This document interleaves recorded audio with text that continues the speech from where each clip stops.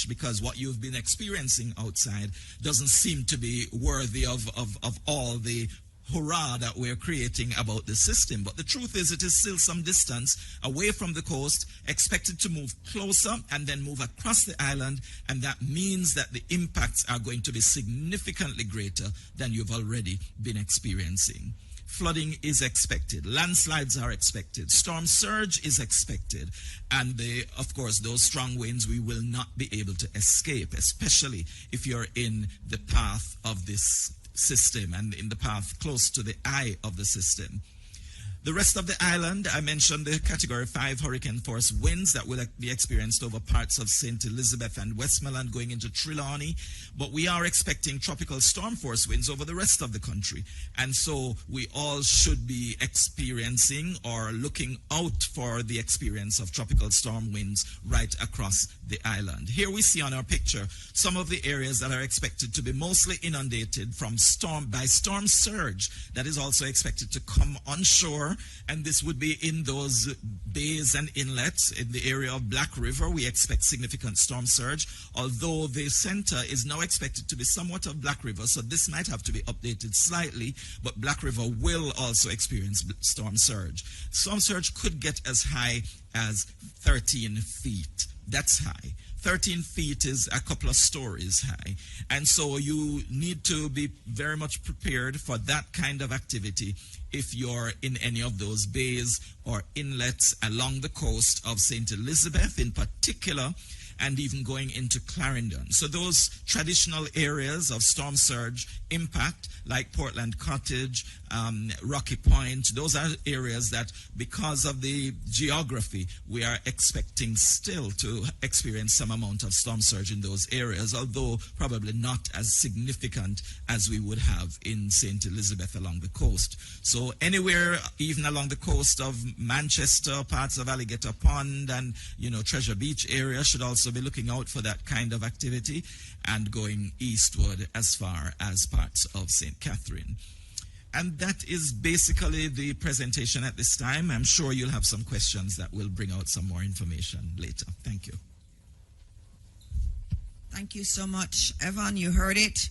It is strengthening and it is coming to Jamaica. I know we've been praying for it not to hit, but it is going to hit us. So we have to heed everything that Evan has just said. I'm going to ask if there are any questions for Evan before we go on to the others. Any member of the media? Okay, please go ahead. Do we have a mic, or are you just going to speak very loudly and I'll repeat it?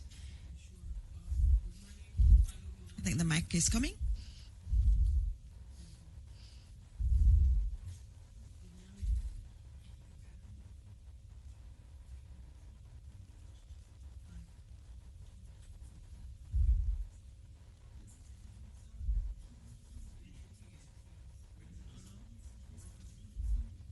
You can just speak and I'll repeat the question.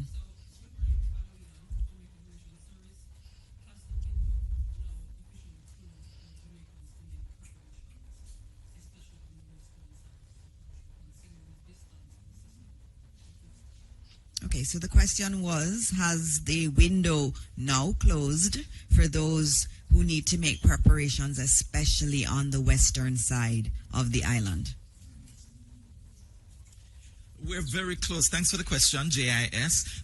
We are very close to the closing of that window. I mean, I would not actually say it's entirely closed, because there are a couple of things that you might be able to do right outside your doors that could reinforce your structures. If that is a possibility, when we have some level of calm, I have been hearing from persons in St. Elizabeth, in Manchester, who have indicated that they are getting quite some heavy rainfall and some strong winds, but there are usually some lulls, some periods of semi-calm that they can probably do something quickly on the outside and get back inside. So we would like to ask everyone to ensure that you keep yourself safe, exercise extreme caution if you have to do anything immediately outside.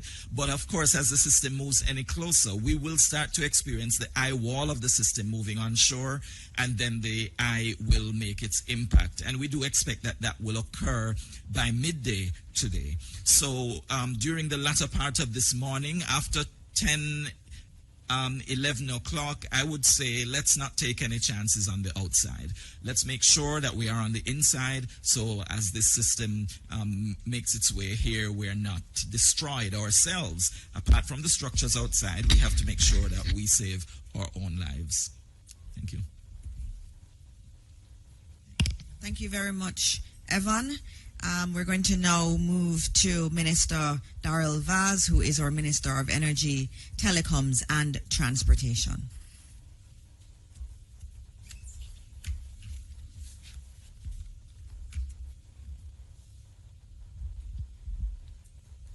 Morning, Jamaica. Prayers up. Let's start with JPS, which I know is on everybody's mind. The electricity grid has already been impacted by hurricane conditions, which have caused several power outages across the island.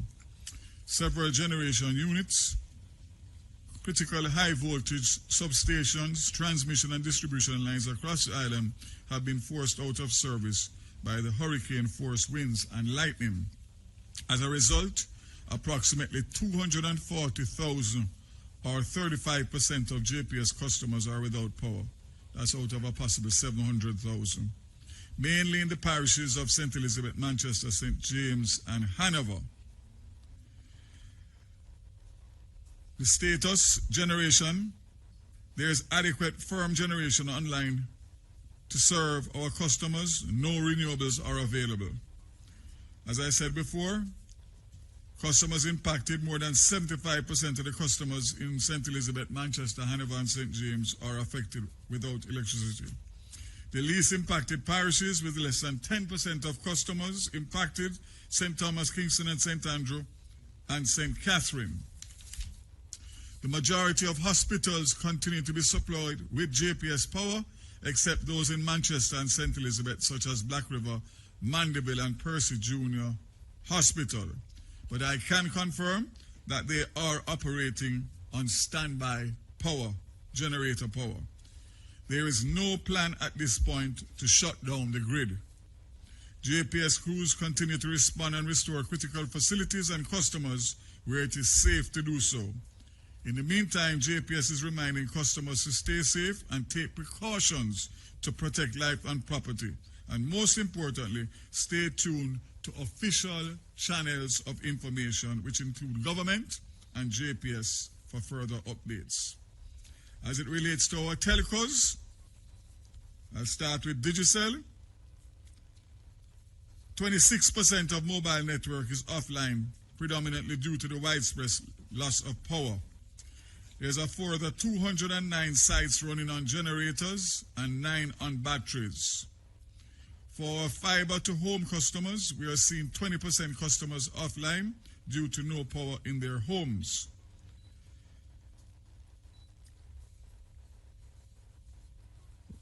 As we see the most impacted areas, we will work with our crews to focus on those areas first. Even if commercial power is still to be restored, we will keep generators fueled and gas the sites back to keep them up and running.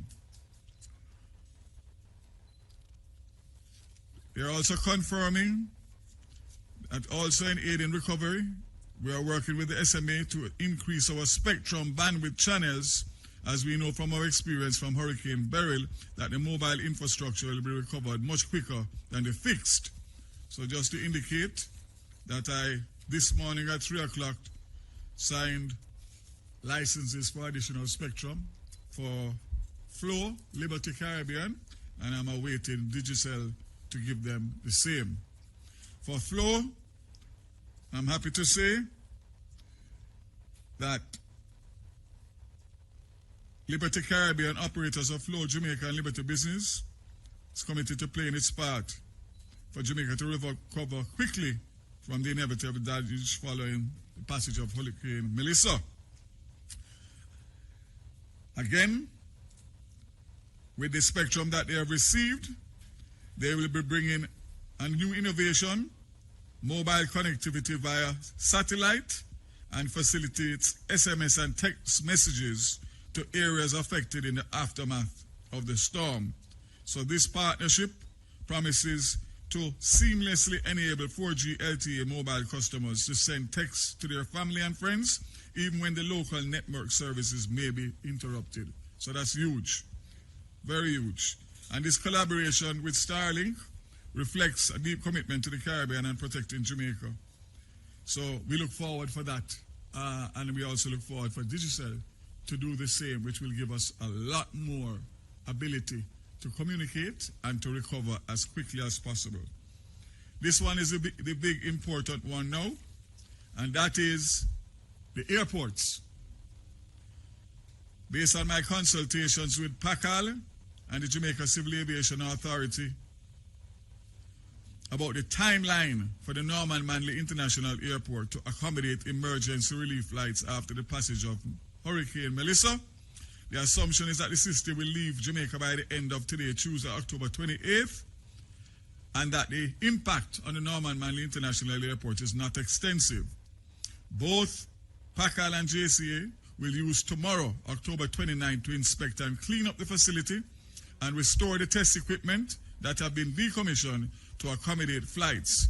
These emergency relief flights could therefore be accommodated as early as Thursday, October 30th, 2025. Again, we are not sure what's going to happen with Montego Bay, who will face at least a lower category, possibly category 3. So we are unable to say anything on Sangster, but we know that it could have potential disabling impact for that airport. The good news is that the Ian Fleming International Airport is being considered as a part of contingency planning. So it means that we could get into Ian Fleming with certain types of aircrafts, and that will help us significantly based on the distance between Ian Fleming and Montego Bay. Petrojam, following another meeting this morning of the refinery, Petrojam is turning its attention to deepening participation in the broader national multi-agency response. Fuel security plays a key role, as we know, and Petrojam is assuring that all 3 international airports, in addition to all airdromes, are at 75 to 80% capacity for aviation fuel. This will enable aircraft movement to resume immediately.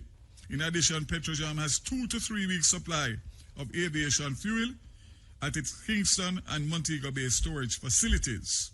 So in accordance with international standards, we will follow strict safe storage and rigorous testing prior to reopening. Jamaica Civil Aviation Authority, the microwave system is in general is operational, with the exception of the links between Winchester headquarters and Catherine Peak, which is currently offline. All remote sites are operating on generator power.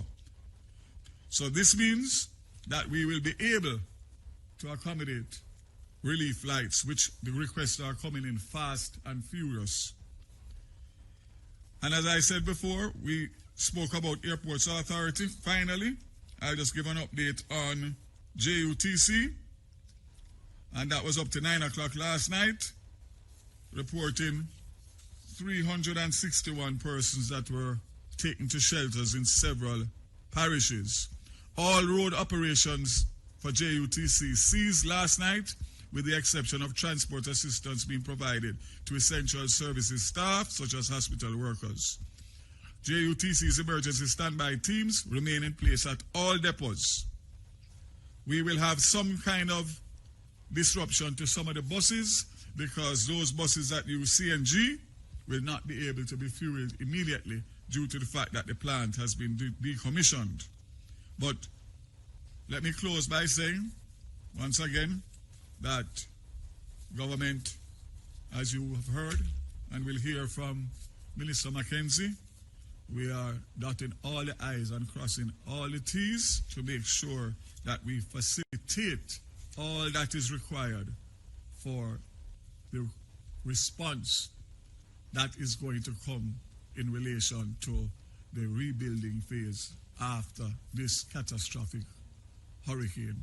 So I want to just say to you, those of you who are still not taking it serious, you have but a few hours. And as I said before, based on what Evan said, the low-lying areas are going to be badly affected. Seek to go to higher ground and protect yourself and be smart. Again, commit to be here right through. And of course, if we work together, we will get through this once again. God bless Jamaica and keep safe. Thank you very much, Minister Vaz. As you hear, we have not stopped working. He's not going to stop working to ensure that we have electricity and that we have telecom service. Right before this press briefing started, I heard him on the phone with JPS's head, and they were talking through how they were going to be making sure that we have electricity up in areas that aren't as badly affected, and then that we can recover even more quickly. He has not stopped working for us, and we have to obviously thank Starlink for that support that they're giving to our telecoms providers in Jamaica to ensure that even if our systems locally go down, that we will still be able to communicate internally and externally with the rest of the world.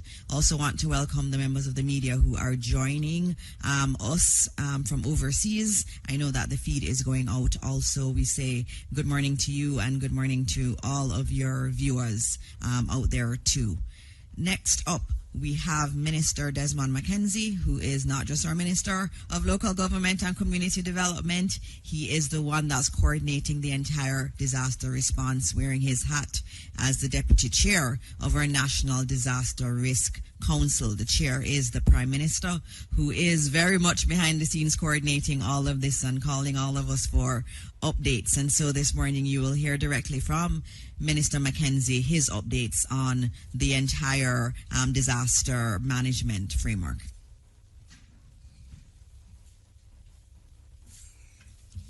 Thank you, Minister Dixon. Again, let me commend you on the sterling job that you've been doing in presiding over these very important press briefing. Minister Vaz, Evan Thompson, my PS, Director General Acting, other support staff, and I want to acknowledge the team.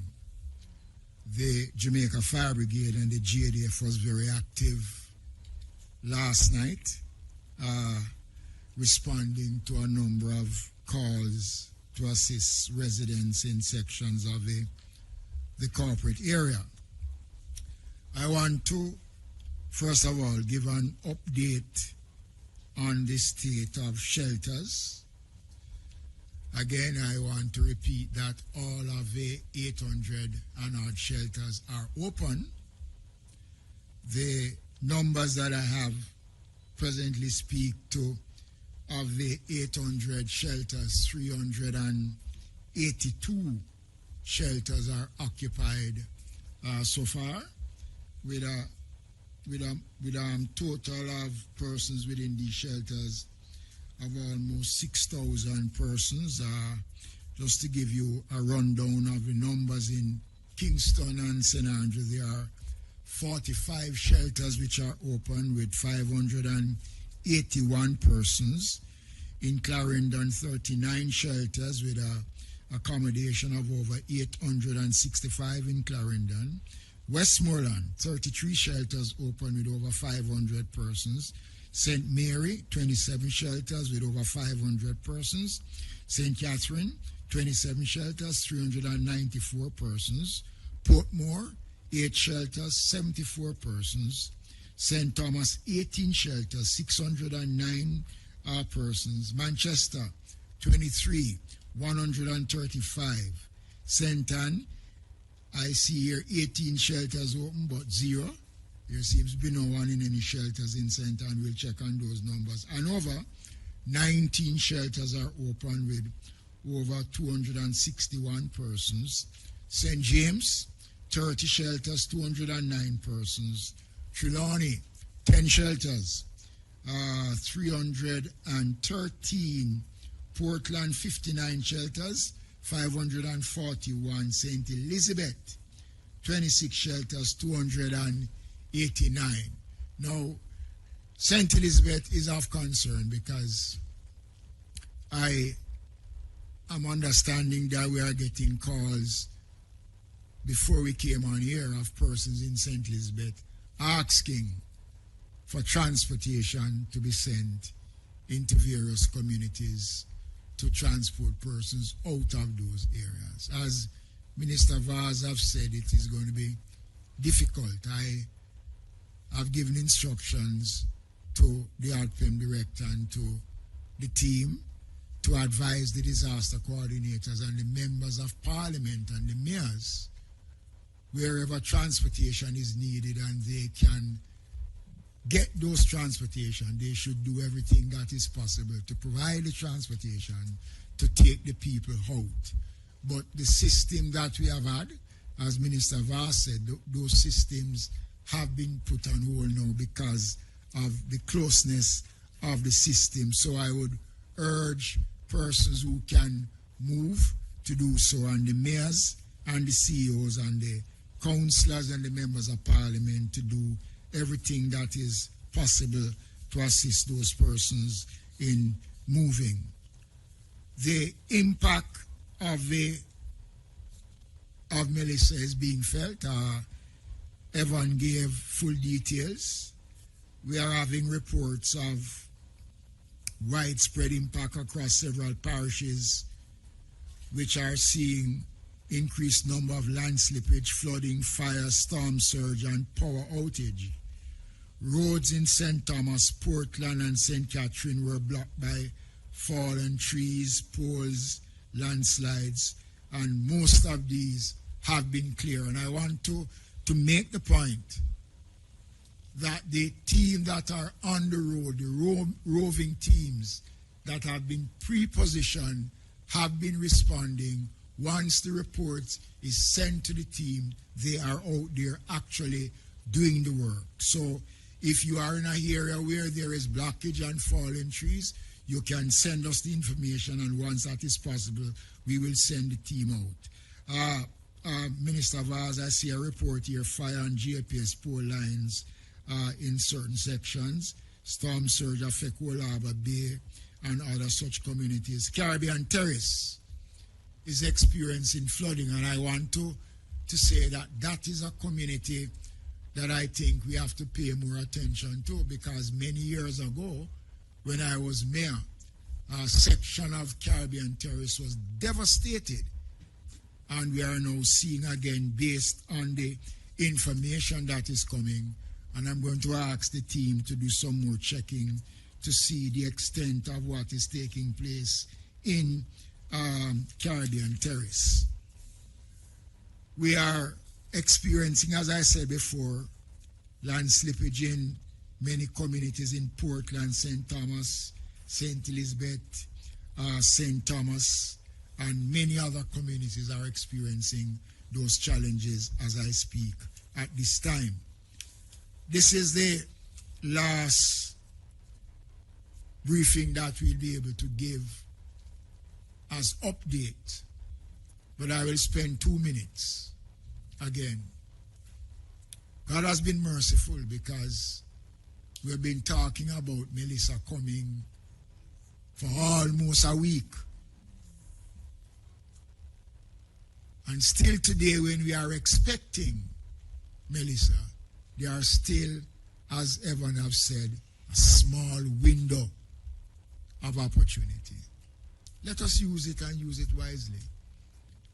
Let us respond. I hope by within the next hour, when I get an update, I will see more persons in shelters, and we will see more people responding.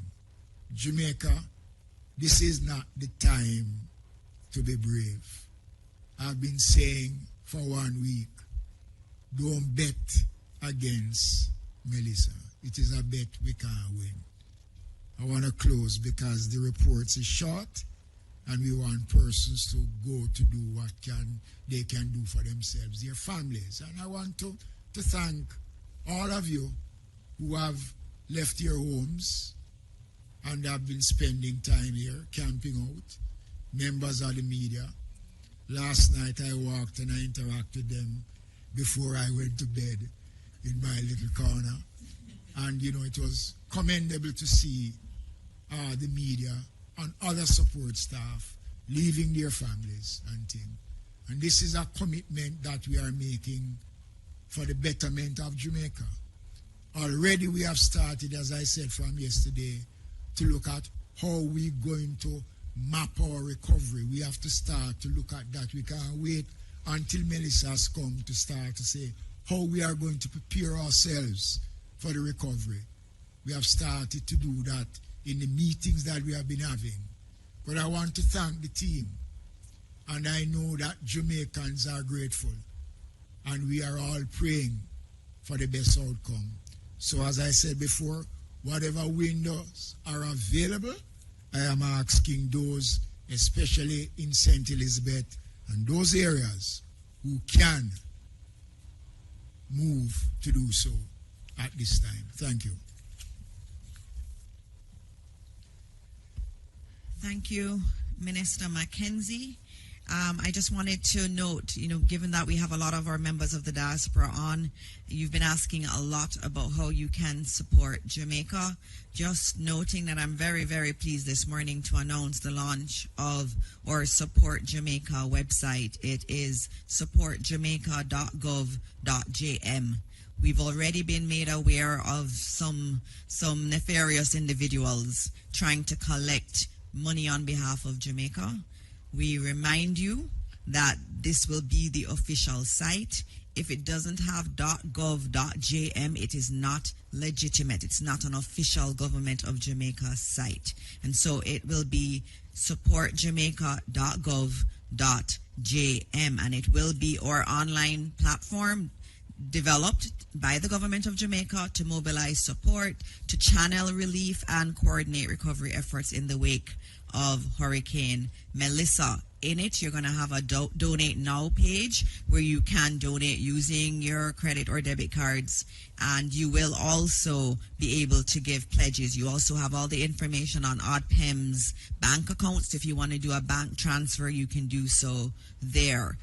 A new innovation on that site is that you will be able to give updates on emergencies. So if there's an issue that you see in your area, you want to upload a picture, maybe there is flooding, maybe there is a town that has been cut off, you can actually notify us through that website also. It also has an interactive shelter locator for those who may need it. Even if you have to help someone to find a shelter, please use it. It will give you all the shelters that are near you. You can actually put in what parish you're in or what area you're in, and you can geolocate.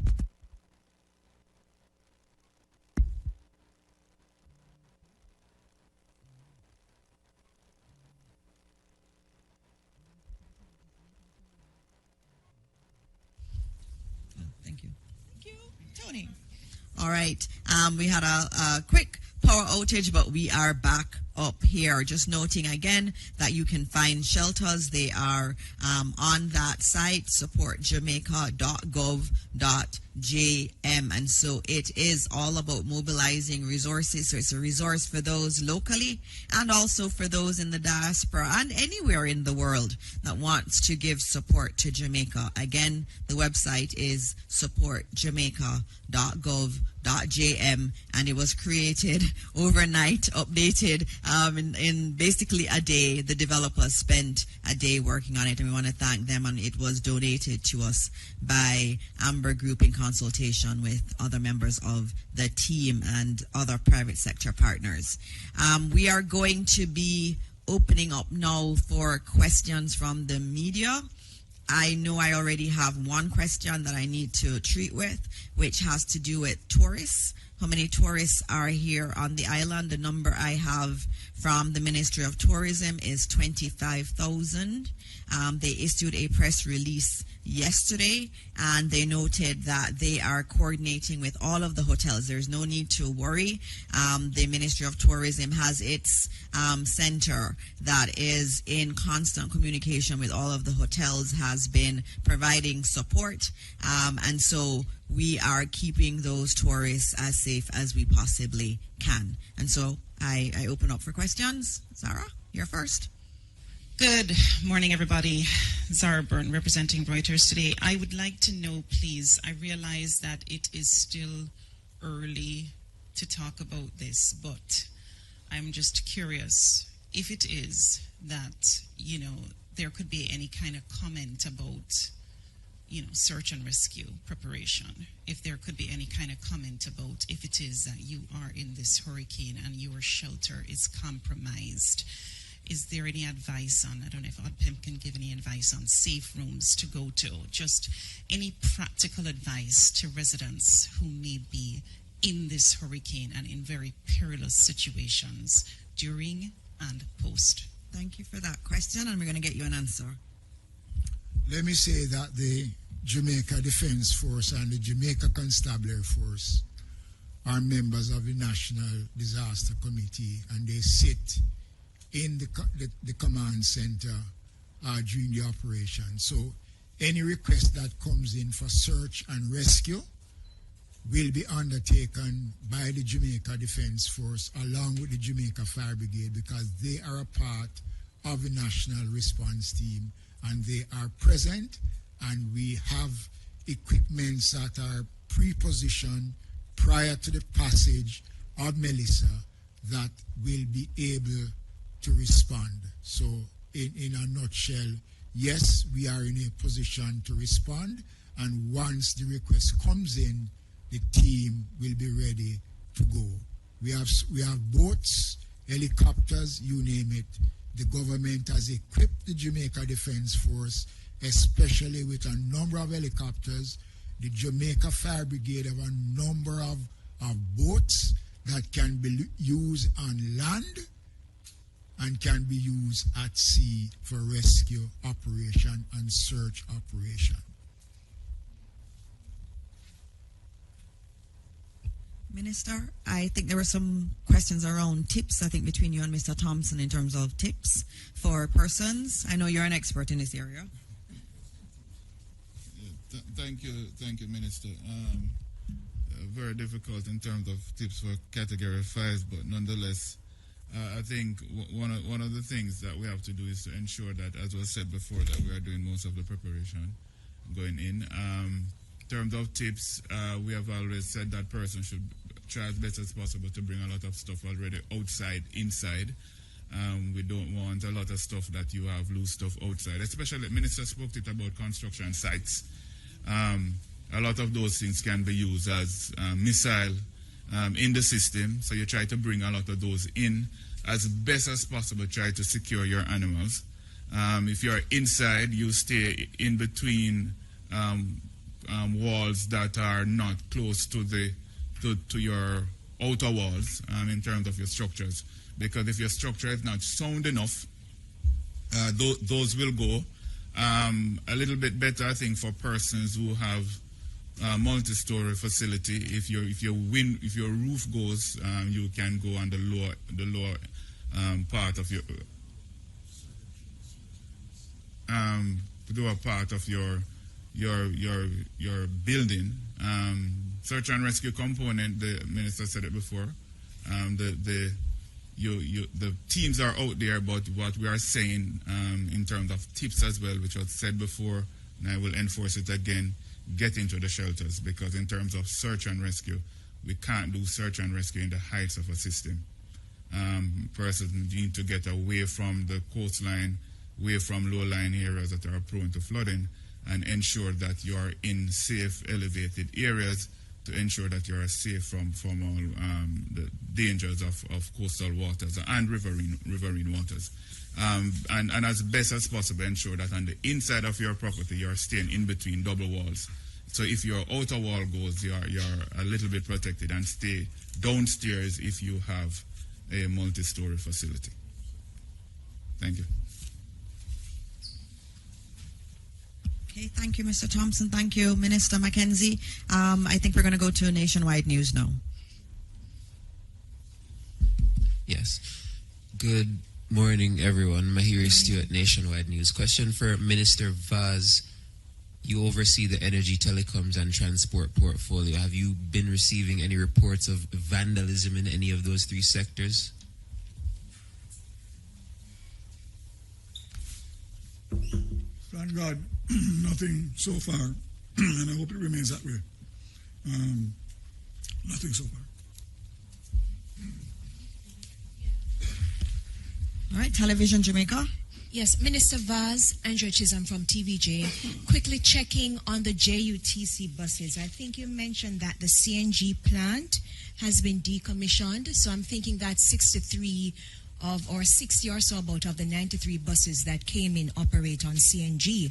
So do you have enough CNG in place to operate those buses for a while, or is it that they're totally out of use for now? Yes. Prior to the hurricane and in preparation for the hurricane, one of the requirements was for additional storage to be on location in case deliveries are not able, because the deliveries are done by road. So we took that into consideration. So I'm hoping that the plant will be able to be recommissioned in short order, but there may be, depending on the level of damage, some disruption in terms of the full fleet, but we will have enough to do what we need to do. Nationwide once again. Question to Evan Thompson.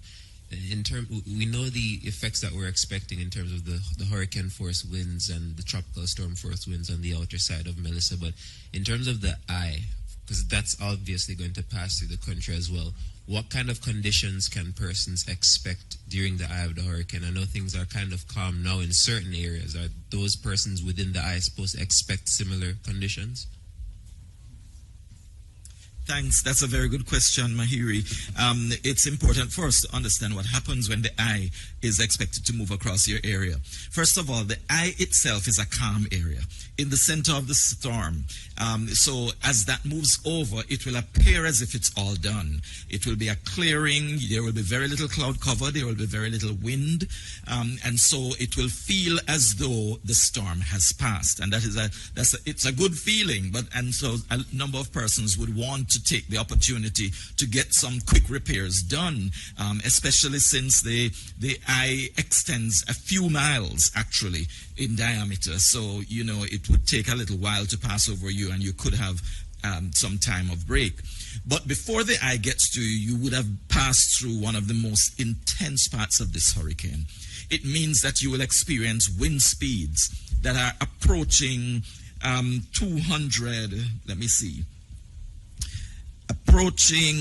300 kilometers per hour. This is round about 185 miles per hour. That's what the system is packing as a Category 5 hurricane. And much of that will be within the eye wall. In that eye wall, which is that area that surrounds the eye, you will have that most intense wind speeds, but also the most torrential downpours of rainfall. So that area will pass from the coast right across as the eye moves. Of course, that is the protective area for the eye that moves along with it, all the way from the southwest of Jamaica to the north central part of the island. So you will experience those intense conditions before the calm, and then after that calm, you experience it once again, unfortunately, and the winds will be from the opposite direction.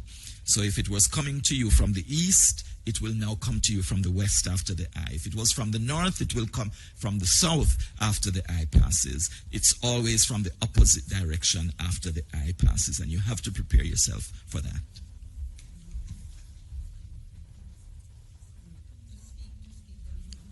Morning. All right. right. So my question has to do with lightning strikes, because in one of the models that you showed us, I believe it was yesterday, we saw quite a few areas of thunderstorms. So I'm not certain what you can tell Jamaica now in terms of preparing or protecting ourselves from the possibility of being struck by lightning. And what do we look out for ahead of it? What are the signs?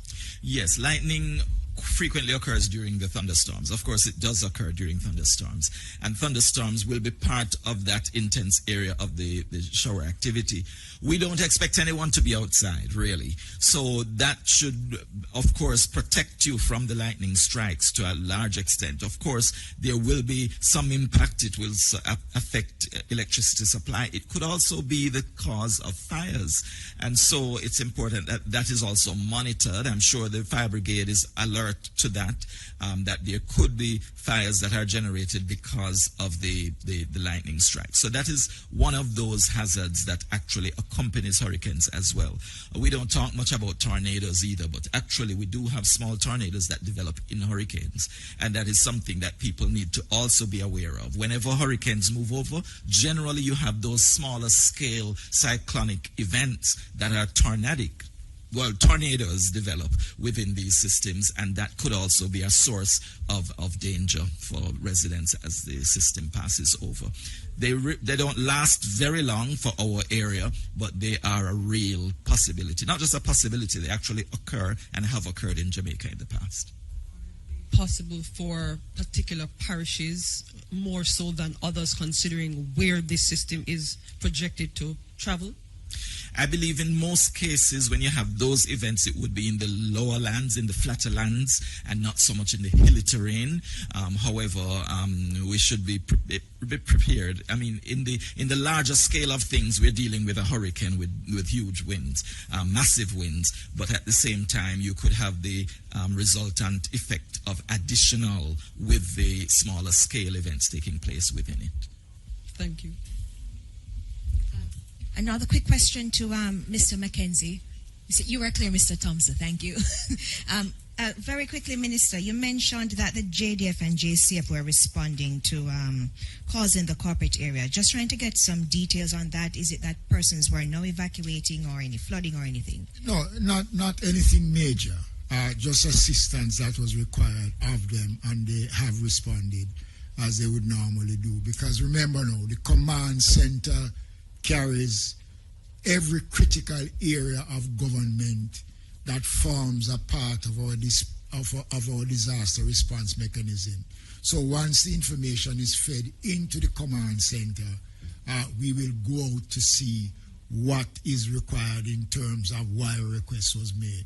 And that was why the team was out. And we have roving teams on the road that is driving around. So when they pick up any thing on the road, they will act, and they will call in and give central the information, and we will log those information, because we use the information after to see what took place and how best to address and to see how we can prevent.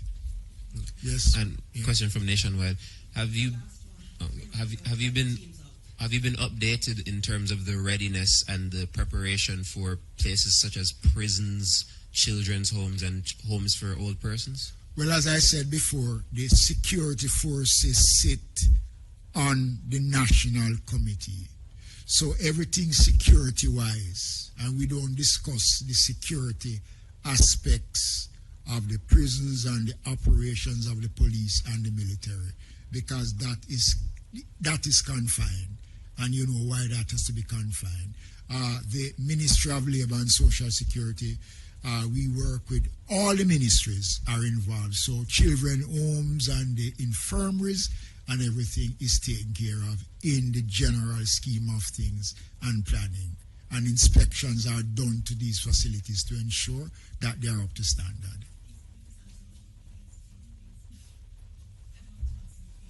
Ask you one more question. Could you just comment on why it is that at first we were facing a multi-day event, and now you're saying by this evening it will go? Could you just at least address that little thing? All right, we're going to have to, this has to be the last question, because we do have to get the teams who need to get home safely. And so this is the last question. And I think you had answered it, Evan, before, but come. Yes, this event has been multiple days that we've been experiencing it. This passing of the passage of the eye across the island will not be a full day. However, the entire event, we've been experiencing this for over a week, and this is part of the system that has been impacting us. It has been for a few days already and will continue for another few days, because after the eye passes, we will have another maybe 2 days before we actually see a clearing. Right? Thank you. Thank you very much. So we are at the end of this press conference, just reminding everyone that if you want to support, we have international media that's streaming this live. If you want to support Jamaica, please go to supportjamaica.gov.jm. We're already receiving reports of flooding in St. Elizabeth. So all of you who are on the path that Evan has given us, please make sure you are getting to safety. It is becoming late to get to safety. The entire country is going to be affected. But as we said yesterday, we know we will get through this. Evan has said that this cloud and this wind and this rain will last for a couple days. But after that, we will rise again as a resilient Jamaican people. And so as we leave today, we continue to pray for this beautiful country. Pray for those who are in the path of Hurricane Melissa, that God will guide them and God will keep them safe. Thank you all, and God bless Jamaica, land we love.